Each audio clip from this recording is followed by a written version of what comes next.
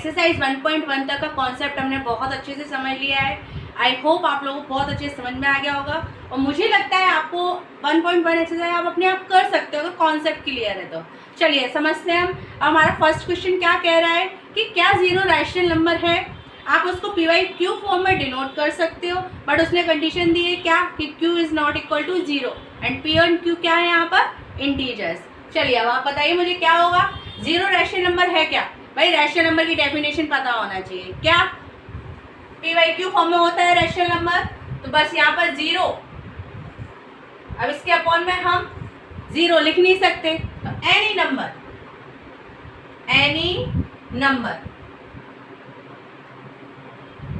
हो सकता है रैशनल नंबर। तो हम यहाँ पर आंसर में क्या लिखेंगे, यस। आंसर में लिखेंगे हम yes, zero is a rational number। Clear. अब उसने बोला you write it in form P by Q form में लिख सकते हैं ना भाई, zero equal to P by Q form में लिखना है एनी नंबर। अब आप कोई भी नंबर लिख लीजिए, एनी नंबर और एनी इंटीजर भी लिख सकते हो क्योंकि वो बोल रहा है कि पी वाई क्यू इंटीजर है, ठीक है, पी एंड क्यू। तो 0/2 0/4 कुछ भी लिख सकते हो आप इसको पी वाई क्यू फॉर्म में, ठीक है। आगे समझ में। एक्सरसाइज 1.1 सेकंड क्वेश्चन क्या कह रहा है, मैंने इसका कॉन्सेप्ट आपको बहुत अच्छे से समझाया है, अगर वो क्लियर है तो आप इसको फटाफट से कर लोगे। चलिए करते हैं सॉल्व। इंटीजर्स दिए हैं तो फर्स्ट टाइप वाला फॉर्मूला लगेगा क्या, यहाँ पर हम लेते हैं let x equal 3 and y equal 4। हमारा फॉर्मूला क्या कहता है, x less than x plus y/2 less than y। Clear. अब हमें पता है x और y क्या है, so 3 less than 3 plus 4/2 less than 4। क्या आ गया हमारा 7/2। समझ आ गया। अब बस अब फिर से x और y ले लो, एक नंबर आया अभी हमारे पास, अब हमें कितने फाइंड करने हैं, 6, ठीक है। So 3 less than 3 plus 7/2 less than 7/2 less than 4। ये चल रहा है हमारा। चलिए इधर क्लियर, इधर कर लेते हैं। सो 3 लेस देन 6 प्लस 7 13/4। मैंने डायरेक्ट सॉल्व कर दिया है, दो नंबर आ गए भी हमारे पास। देन अगेन एक्स वाई ले लो, ये एक्स वाई ले लो या ये वाले एक्स वाई ले लो या ये एक्स वाई ले लो, कोई से भी ले लो। 3 प्लस 13/4 डिवाइड बाई 2 क्या चल रहा है, लेस देन 13/4 लेस देन 7/2 और लेस देन 4। क्लियर है इतना। चलिए सॉल्व करते हैं, क्या आएगा 25/8। Clear, less than 4। कितने नंबर आ गए हमारे पास, 3। अभी 2 नंबर और फाइंड करना है, मुझे लगता है आप लोग कर सकते हो। अब आगे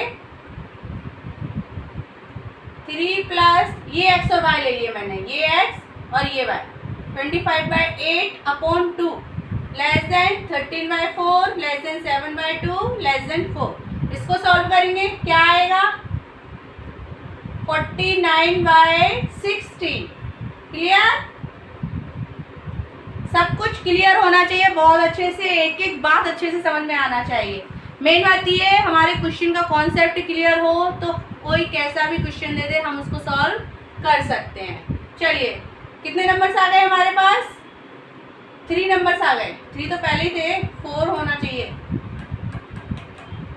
ये 25/8 चल रहा था ना यहाँ, 25/8 then 13/4 then 7/2 then 4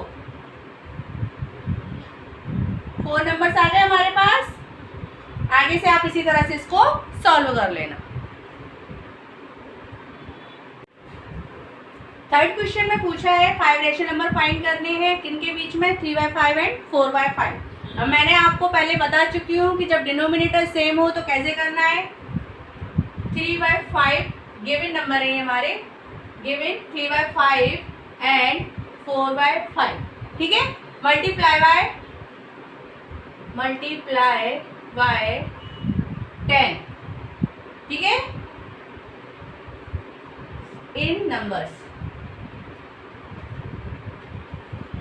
3/5 multiply 10 multiply 10, 4/5,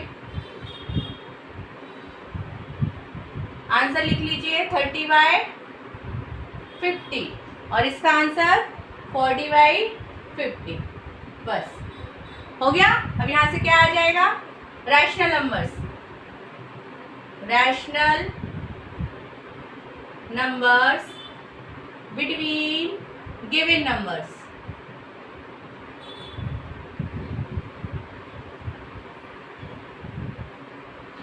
numbers are, चलिए 30/50, 40/50 के बीच के नंबर लिखने हैं।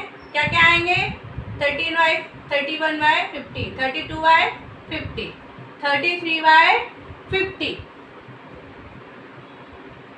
कितने लिखने हैं, 5 लिखना है। हो गए 5 तो नोट डाउन। चलिए क्वेश्चन 4 में हमें स्टेटमेंट देना है कि ये स्टेटमेंट ट्रू है या फॉल्स है। फर्स्ट देखते हैं, इसको बहुत अच्छे से समझना।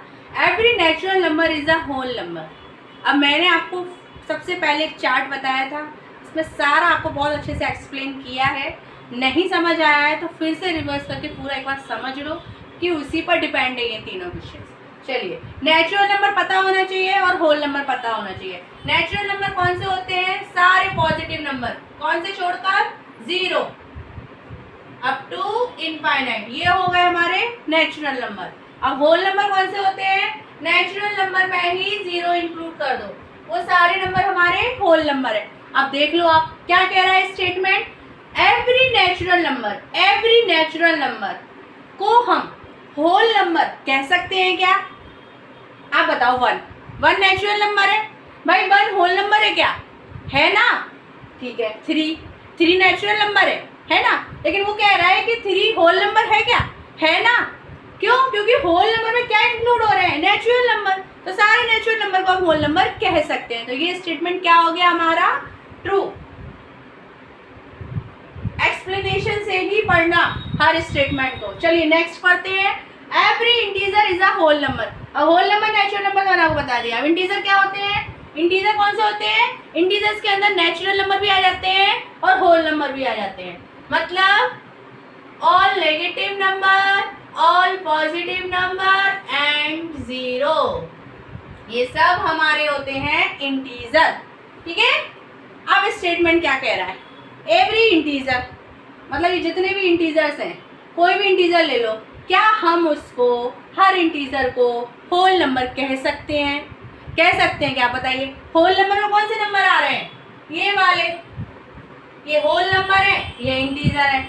बताओ ये नंबर इसमें आ रहे हैं क्या, नहीं आ रहे ना, क्यों, क्योंकि इंटीजर में नेगेटिव नंबर भी है और होल में नेगेटिव नंबर नहीं होते हैं, तो हम कैसे कह देंगे कि इंटीजर होल नंबर है, नहीं है ना, क्लियर।